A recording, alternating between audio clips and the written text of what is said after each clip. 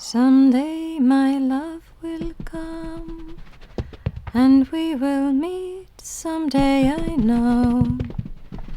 We'll go to his palace and live happy forever, I know.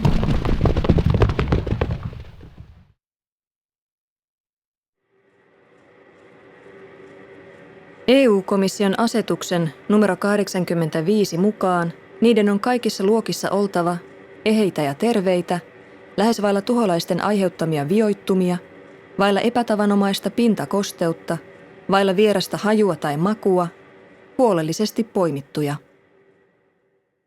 No mäkin olin luovuttamassa ja ajattelin, että viikon vielä katselen ja sitten otan profiilini pois.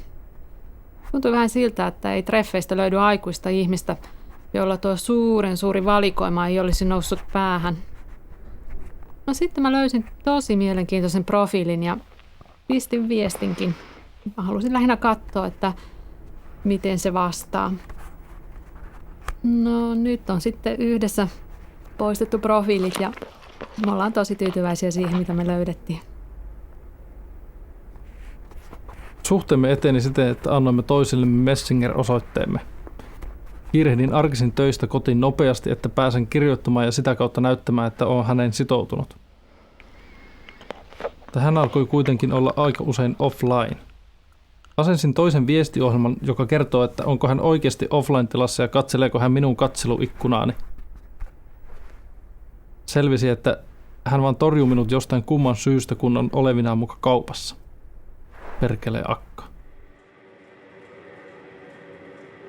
Mä oon nähnyt nettilistan kautta tapaamani miestä 15 kertaa kuukauden sisällä ja luulin jo, että me niinku seurustellaan, kun yökylässäkin oltiin oltu.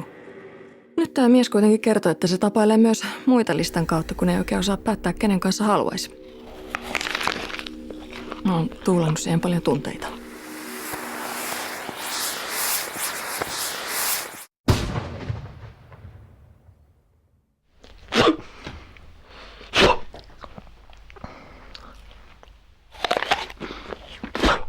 Se hakee kumppania, mutta ei halua tavata.